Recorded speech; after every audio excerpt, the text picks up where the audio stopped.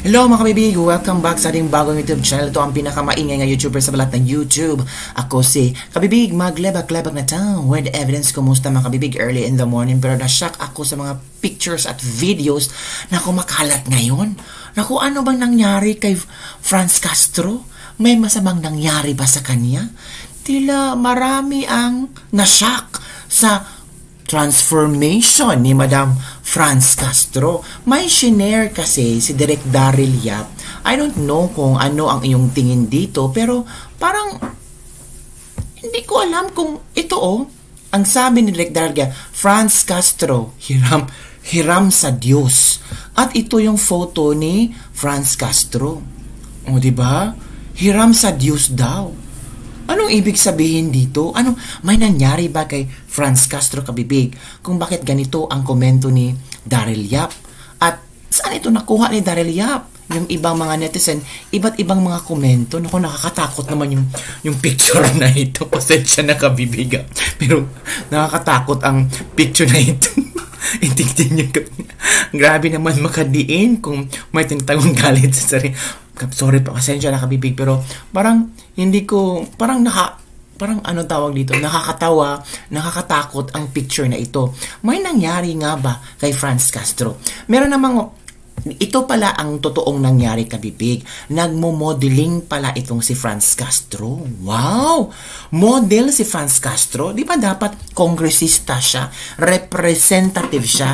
Dapat paggagawa ng batas ang kanyang inaatupag?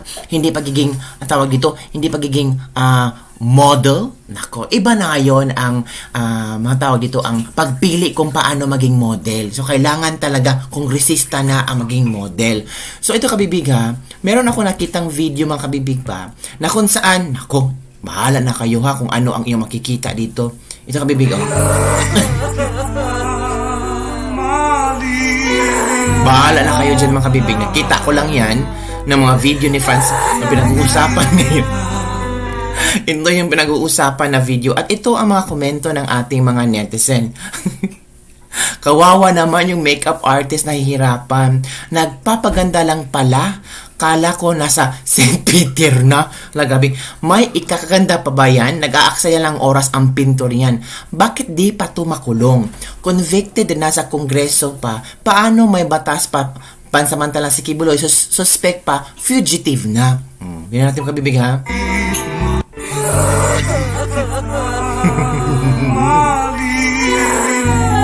Ewan ko mga kabibig. Ito pala yung photo kabibig, video kabibig kung saan nakuha ni Direk Daryl yung picture ni Franz Castro. Minimake-upan pala si Franz Castro. Bakit minimake-upan si Franz Castro? Ito ang rason kung bakit siya minimake-upan. Hanapin natin ha, kabibig, baka ano yan ha. Hindi, hanapin natin kung bakit siya minimake-upan. Kasi magmumodel nga si Franz Castro kabibig. Hindi mo pala alam. Hindi ko alam magmumodel na para si Franz Castro ngayon. Modeling career na pa. Ito wow! Ganda! Yan ha. Yan na si Franz Castro. Teacher Franz hit the runway. Pero parang ang dating ay, tawag dito, gusto mong saktan ang mga nakidnap ng mga batang lumad. Bakit, hala kayo andyan si Teacher Franz. Anong minomodel ni Teacher Franz dito? Parang to? Mukha ba ito ni Duterte? Parang kaya pala minimake-upan si Franz Castro ay nag-change pala ng kanyang tawag dito, career. Nagiging model. Si Franz, modeling career na pala ni Franz Castro ngayon. Wow, iba si Franz Castro ha. Ano man tawag sa yung nilalagay sa palayan, panakot sa mga ibon at kumakain ng palay? Bakit dito nilagay? Sabi ng isang netizen. Nangyari sa ating mambabatas anong nangyari sa itong mga mambabatas? Wow, Franz Castro sumasayo ng malaya kahit convicted na siya of human trafficking. Dapat nakulong na yan. Anong runaway yan? Is it for Halloween? Horror? Bakit parang she's walking like a zombie?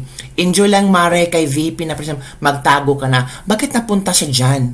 Baka may mga siya ba? Baka ito ay runaway with a cause. Diba? Baka may theme ito kung bakit sila nagmo-modeling. At si Franz Castro ay kasali sa models. O, diba? Nag-model na si Franz Castro. O, diba? Change of career ito, mga kabibig. Wow, Franz Castro, ikaw na ang bagong Pilipinas Got Model. Anong Got Model? Ano itong Got Model? Di ka angayan diha. Adto ka sa prisuhan, convicted ka. Kabi naman itong mga taong ito. Nako, Franz Castro, ano nangyari sa'yo? Ano yan, pang Halloween entry? O, yan ha. Yan ang mga komento ng mga ilang netizen na na-shock sa bagong aura, sa bagong career ni Franz Castro. Ganun talaga mga kabibig. Change of career.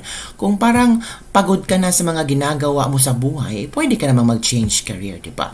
Pwede ka namang magbago at baka new venture, new hobby ni Franz Castro ang mag-model. Diba? Iba talaga. Palakpakan naman natin si Representative Franz Castro. I think matagumpay naman ang kanilang runway. And I think meron namang tema ang kanilang runway kung para saan ito. Pero depende talaga sa mga tao ngayon sa social media. Iba talaga ang pag-i-interpret sa social media. Yung iba nga gusto nilang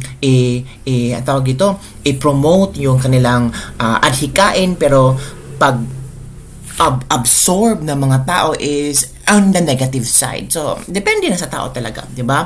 So, iyan na nga, ito yung pinost si Direk Daryl Yap. So, marami ang natawa, marami ang nashock, marami ang lungkot, pero wag po kayong malungkot dyan, wag kayong mashock, wag kayong matawa. Nag-model lang po si Franz Castro. Di ba? Buti pa sila may time para sa modeling, sabi ng ilang tao. Pero, wala silang time para tumulong sa mga nasunugan. Sila pa yung ingay ng ingay na ano daw ang ginagawa na VP Sara, bakit ganito kadaming pera ni VP Sara. Pero buti si VP Sara, may ginagawa. Pero yung iba, walang ginagawa.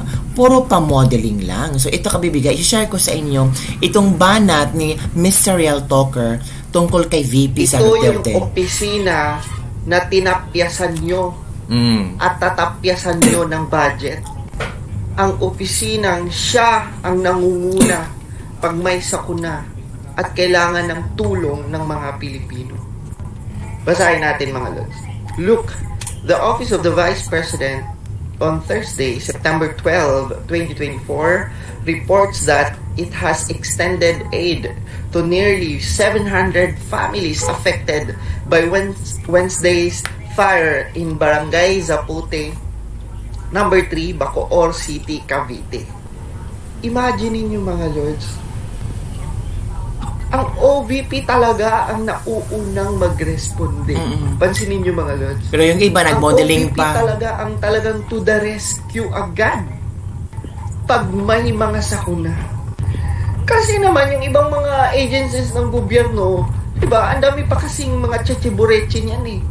Diba? Pero ang OVP, wala nang cheche-bureche. Diba? Diretso agad sila dun sa mga naapektadong mga Pilipino. Correct. At bigay tulong at serbisyo agad. Correct. Diba? Ganyan. And marami nga akong mga, diba, mga balitang narinig na pag sa OVP, hindi na pahirapan true. Humingi ng tulong dun. Tapos imagine niyo mga lods, yung mga House of Crocs, tatapyasan nila. Tapos nagmo-model pa yung iba na pinakaunang nagre-responde sa mga ganitong sakuna. Diba? Sobrang nakakatawa. Imagine niyo kung sino pa yung public officials, diba, na mas nangunguna pang magbigay tulong at serbisyo sa mga Pilipino. Kung sino pa, diba, ang unang nagre-responde at maraming natutulungang Pilipino, siya pa talaga ang pinag-iinitan. Correct. Kaya talaga naniniwala talaga ako mga lods, diba, na yung mga House of Crocs at mga anti-Duterte na politiko, mga inggit lang yan sila. Inggit talaga. Totoo. Insecure. Habang si Franz Castro ay busy sa modeling career, while VP Sara, the Office of the Vice President, is busy sa pamimigay ng tulong sa mga nasunugan, sa mga bata, na mamimigay ng mga bags, while BBM is doing a party. Oo, kabibig. Nagpa-party pala si BBM. Oh, ito mga kabibig ha. Baka nakalimutan nyo kung ano ang ginawa ni BBM. Oh, nagpa-party Duran-Duran concert mga kabibig. Oh, eto. Panoorin natin ulit si Mr. Real Talker para masupalpal yung mga feeling ba. Ito. Patungkol doon sa Duran-Duran birthday concert. Basahin natin. The president spent his birthday as just another busy day in the office, with the same dedication to his job that has marked his presidency. He traveled hundreds of kilometers to grant farmers a donation of their debts and gifted them with a new financing program that will boost farm yields and farmers' incomes.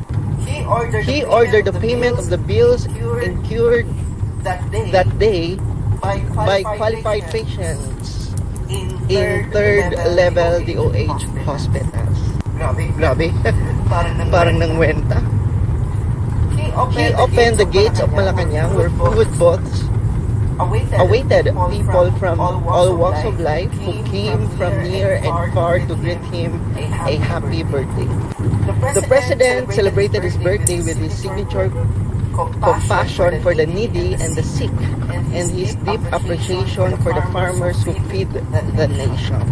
After a tiring day filled with official engagements, he attended a party thrown by his old friends, ay sana all, at a hotel in Pasay, and to his surprise and appreciation, music was provided by Duran Duran. Oh, di ba kalod? Talagang nangwenta pa sa simula, no? Kumbaga, totoo. Ang stroke ng kanilang statement, busy daw, maraming nagawa, maraming ginawa. So parang ang ending, gusto nilang iparating sa atin na deserve naman ni President BBM na magsaya-saya, magparty-party. Diba? Diba? Ang dami pa nilang pasakali, ang dami pa nilang explanation. Pwede naman nilang i-confirm, diba, na totoo yung Duran-Duran concert and sponsored by his friends. Pero ang ginawa nilang explanation, parang ano pa natin, no? Kumbaga, utang na loob natin. Pa natin na grabe ang daming ginawa ng Pangulo. Kailangan magpahinga, kailangan mag-party, magduran-duran, so mag-spend ng millions. Grabe. Intindi sa mga tao na it's okay na magduran-duran concert. Tapos, alam mo kabibig, ang PCO nag-deny na hindi si Pangulong Bongbong Marcos ang tawag dito, bayad sa Duran-Duran kundi ang mga old friends niya. Pero hindi makakaligtas kayo kay Sas Rugando Sasot. May nagpadala pala kay Sas Rugando Sasot kabibig ito You've gone too far from this time. Malacanang sent official invites to top billionaires, politicos to Marcos Duran-Duran birthday bash at Manila Harriot. So ito pala yung invitation. So, paano ito masabi na surprise? Hindi alam ito ni BBM? Wag naloka. Wag tayong magtanga-tanga. Sabi dito ni Sas nga, mga taga Forbes Park daw ang nag-send sa kanya ng mga pictures, mga alta sa Forbes Park na kung saan invited sila. Tapos, yun lang, na-shock sila na sabi dito ay mga alta friends daw ang nagbayad pero hindi pala mga kabibig. So, ganun nandun nga sina Tony Gonzaga. Hanapin ko yung photo ni Tony Gonzaga. Parang kita yung Tony Gonzaga, yung asawa ni Tony Gonzaga. Nandun sila. Tapos bayad ito ng mga Pilipino. Ang nagpapasarap sila pero bayad ito ng mga ito kabibig. I-share ko sa inyo kung gaano ba ka-happy ang mag-asawang Soriano. Ay, hindi naman. Well, karapatan naman lang ma-invite sila, Yan sila, Diba? Nakaka-disappoint na si Tony Gonzaga. Ito, BBM at 67. Marriott Hotel Manila. Pera na tong bayan nga ba ang ginasta? Ewan ko, sabi nila, mga old friends daw ni BBM. Wow. Kayo na. So ano ang yung comment dito mga kabibig? Don't forget to like, subscribe, and share this video. Parang sobra na no, every now and then parang naglulustay lang ang gobyerno natin ng pera. Tapos hahanapin natin ang project, walang maibibigay na project. Parang ano lang ba, parang binubudol tayo everyday. Tayo naman nagbabayad ng tax natin everyday, pero sila nagpakasa sa pera, nagpapaligaya sa pera. Every now and then, exclusive party, international artists ang binabayaran para magpaligaya, magpa-party-party sa kanila. Pero tayo, pagod na pagod, pag uwi sa bahay, wala pang makain kasi kulang ang sahod. Di ba mga kabibig? So comment down below. Share this video. Oy. Don't forget to like, subscribe, and share this video. Bye everyone. See you next time.